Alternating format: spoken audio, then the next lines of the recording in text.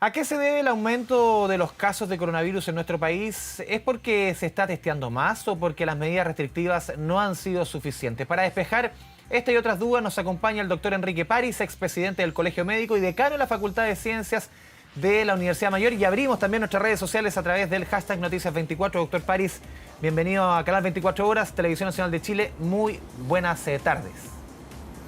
Buenas tardes, Andrés. Lo primero, preguntarle un poco por el lenguaje del gobierno, doctor París. Pasamos de hablar un día de regreso seguro a la batalla de Santiago. ¿Qué le parece a usted? El retorno seguro, dijo el presidente, y el ministro Mañalich ayer en Valparaíso habló de la batalla de Santiago. Yo creo que el aumento de la circulación viral se debe a la evolución normal del virus. Nosotros dijimos muchas veces, y creo que en el mismo canal suyo, que el aumento máximo o la presencia viral máxima iba a ocurrir la última semana de abril o la primera semana de mayo. Y estamos en eso. Yo creo que de aquí en adelante vamos a tener más casos positivos, no solo por el aumento de los test, porque eso también influye, pero hay un aumento evidente de la cantidad de contagiados.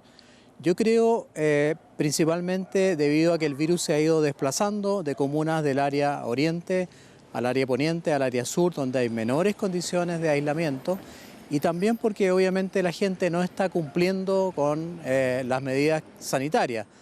En ciudades como Osorno o como Arica, donde se han cumplido las medidas sanitarias, la cantidad de contagiados ha disminuido.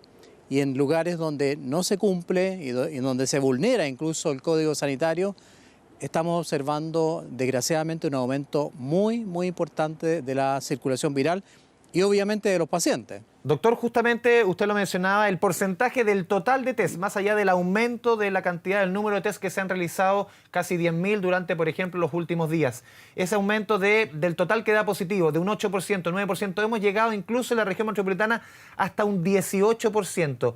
Ahí está justamente la preocupación y se explica en mayor medida porque entra a comunas en donde cuarentenarse, entre comillas, porque ya se transforma prácticamente en un verbo, el cuarentenarse se hace mucho más complejo que al principio de la pandemia, que era, o sobre todo las primeras semanas, que era el sector más pudiente, el sector oriente derechamente.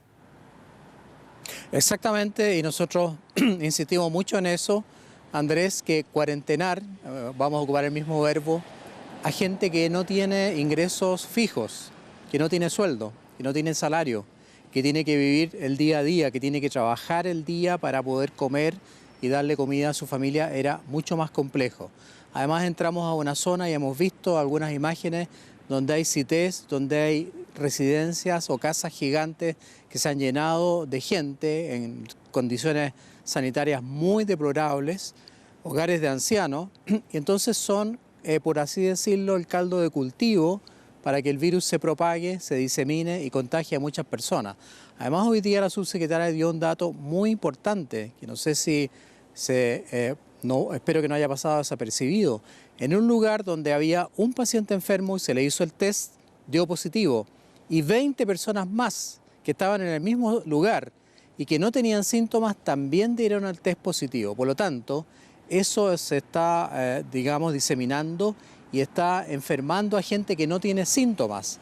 Esa persona que no tiene síntomas, obviamente que no se cuida o no cumple todas las condiciones porque piensa que está sana y va infectando a otras personas. Sí, justamente también preguntarle por este episodio que vimos este fin de semana de esta fiesta en Maipú, 400 personas, el organizador.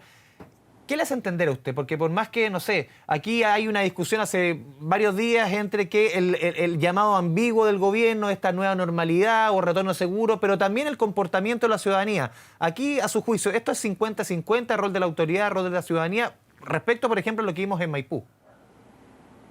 Bueno, yo dije hoy día en una radio que en realidad el llamado a la normalidad, entre comillas, fue un error y creo que se corrigió rápidamente al cambiar de concepto al retorno seguro.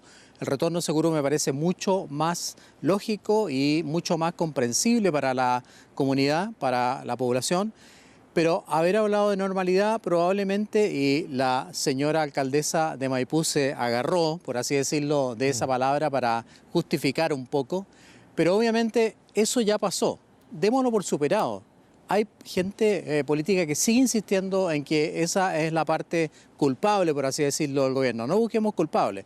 Aquí falta una comunicación más fuerte, más firme, medidas más importantemente drásticas en contra de la población que no cumple. Esa fiesta, obviamente, que va a traer consecuencias muy grandes para la población que asistió ahí, porque es seguro que se van a infectar un montón de personas.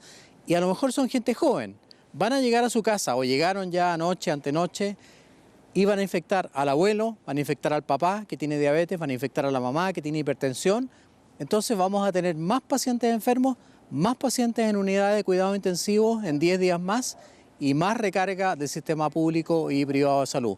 Entonces la gente que no visualiza eso, creo que está actuando muy mal. Y las respuestas que da este caballero son insólitas. Realmente yo no sé qué tiene este personaje en su mente para dar ese tipo de respuesta. Yo creo que 10% probablemente la autoridad, 90% la culpa de la gente que no logra entender la gravedad de esta situación, salvo cuando ocurre un desastre grande en la familia, que usted sabe a qué me refiero, sí, van a entender que actuaron mal. Doctor, usted fue presidente del Colegio Médico, desde esta misma institución se ha criticado los últimos días, prácticamente los últimos mes y medio, al ministro Mañalich, al gobierno por la falta de transparencia en la entrega de información, en la entrega de datos. También ha repercutido esa crítica en otras instancias, especialistas, médicos. ¿Usted comparte eso en que el ministerio, en que el gobierno ha sido poco transparente en la entrega de información, sobre todo, más que a los alcaldes o la entrega de la identidad, en la entrega de datos médicos, de estadística? Nosotros nos reunimos 2 veces por semana en la mesa COVID, en la mesa social COVID-19. El ministerio nos entrega permanentemente información. En la página web del Ministerio de Salud hay una información diaria que es pequeña y hay una información que aparece cada 2 o cada 3 días que es extensísima, Andrés. Tiene 59 o 60 páginas. Está todo georreferenciado. Está comuna por comuna la cantidad de exámenes que se hacen semana por semana. Está identificado el número de pacientes que han salido positivos, el número de pacientes que están hospitalizados, que está en la UCI, que está con ventilación mecánica, que está sin ventilación mecánica. Está todo el detalle.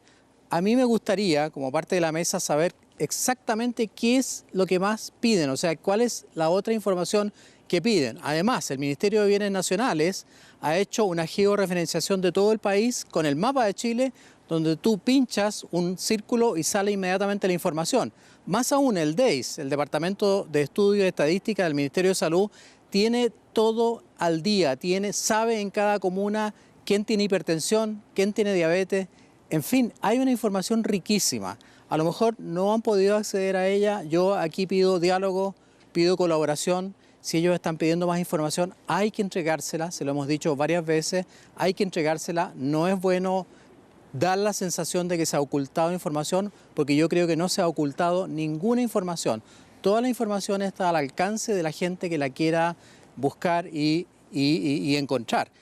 Yo hoy día estuve hablando con el vicerrector de investigación de mi universidad, que tiene contactos con ese grupo de personas, y le pedía que por favor intercediera para que ellos volvieran a trabajar dentro de este grupo, que es muy importante, que hace los estudios matemáticos, biológicos, epidemiológicos, las curvas, que son muy importantes para poder saber cómo se va a comportar el virus en Chile. Yo pido unidad, pido que todos trabajemos por lo mismo, que si hay diferencias, mejor conversen, pero no renuncien y lo digan eso por la prensa, sin tratar, obviamente, de llegar a un acuerdo para obtener todos los datos que sean necesarios. Doctor, ¿qué análisis hace usted de lo que vimos hoy día en La Vega, esto en la comuna de Recoleta? Obviamente aquí se conjuga la necesidad de muchos por trabajar, pero también de mucha gente que llega a comprar en la previa de una cuarentena que se decreta en la comuna de Recoleta. Vimos un escenario muy similar, por ejemplo, hoy día,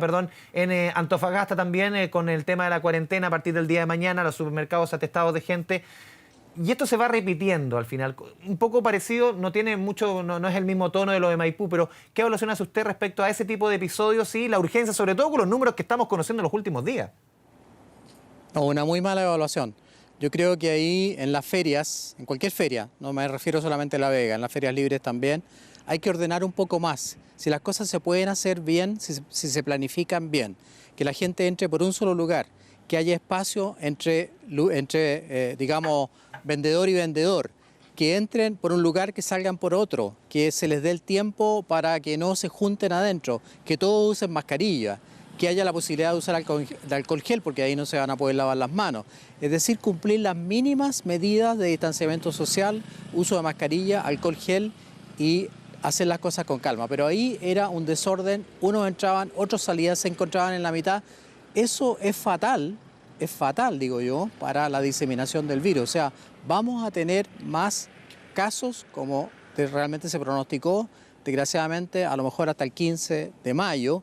Y obviamente que no se puede hablar ni de meseta ni de normalidad, sino contribuimos todos a evitar que el virus siga diseminándose. Este virus tiene esa característica. Es altamente contagioso, es altamente engañoso porque produce enfermedad en algunos, muy pocos, y en otros es asintomático. Y los asintomáticos, aunque la gente no lo crea, también contagian. Ahí está el peligro. Es capaz de contagiar a una persona que no se siente enferma. Doctor, hoy día, hace un par de horas, la Organización Mundial de la Salud confirmó el origen animal del coronavirus y refutó las teorías sobre la creación en laboratorios. Entrega más información la OMS en cuanto a que la organización expuso que el virus circula de forma ancestral en los murciélagos, descartando absolutamente la teoría sostenida, por ejemplo, y no hay evidencia, dice la OMS, lo que dice el presidente de Estados Unidos, este tema de que en laboratorios chinos se haya creado este virus. ¿Cómo lo ve usted? ¿Cuánto puede ayudar en la discusión mundial justamente que la OMS ya de alguna forma cierre esta discusión que da para muchos, sobre todo en política con presidentes como Trump, que tienen una elección presidencial a la vuelta de la esquina? Es muy importante que se aclare esa situación porque no es bueno que las potencias estén peleando entre ellos, eso influye en la investigación científica, en la búsqueda de vacunas, en la búsqueda de medicamentos, en la misma economía mundial. Así que yo creo que es muy bueno que la OMS haya aclarado eso. Y es lógico que sea así. Era ilógico pensar que era un virus de laboratorio. ¿Por qué? Porque tenemos otros antecedentes, Andrés. El SARS es lo mismo. Hubo una entrada de un animal al ser humano o del ser humano al animal y después vuelve al ser humano. El MERS, que también es un coronavirus, el síndrome del Oriente Medio, lo mismo. Acuérdense del H1N1, que se llamó fiebre porcina, por lo mismo, porque el virus salió del ser humano, entró al cerdo, volvió al ser humano, obviamente mutado, mucho más feroz. Aquí es lo mismo con el murciélago, y ya lo habíamos dicho. La gente en China come murciélagos, los destroza con la boca. El virus entró al murciélago, se encontró en el murciélago en un organismo diferente al ser humano. ¿Y qué es lo que hace para defenderse? Muta, como cualquier ser vivo, muta, cambia y vuelve al ser humano mucho más agresivo. Eso es lo que pasó. Y es agresivo más bien desde el punto de vista de la contagiosidad, no tanto de la letalidad. En la letalidad, ¿a quiénes afecta? A los adultos mayores, a los diabéticos, a los hipertensos, a los cardiópatas. Por eso esa gente que fue a la fiesta y va en la noche y aloja en la casa del abuelito, de la mamá, del papá, va a contagiar a sus seres queridos. Ese es el peligro que ellos tienen que tener en mente. Doctor Enrique París, muchas gracias por esta conversación con TVN y Canal 24 Horas. Muy buenas tardes. Buenas tardes, Andrés. Que tengan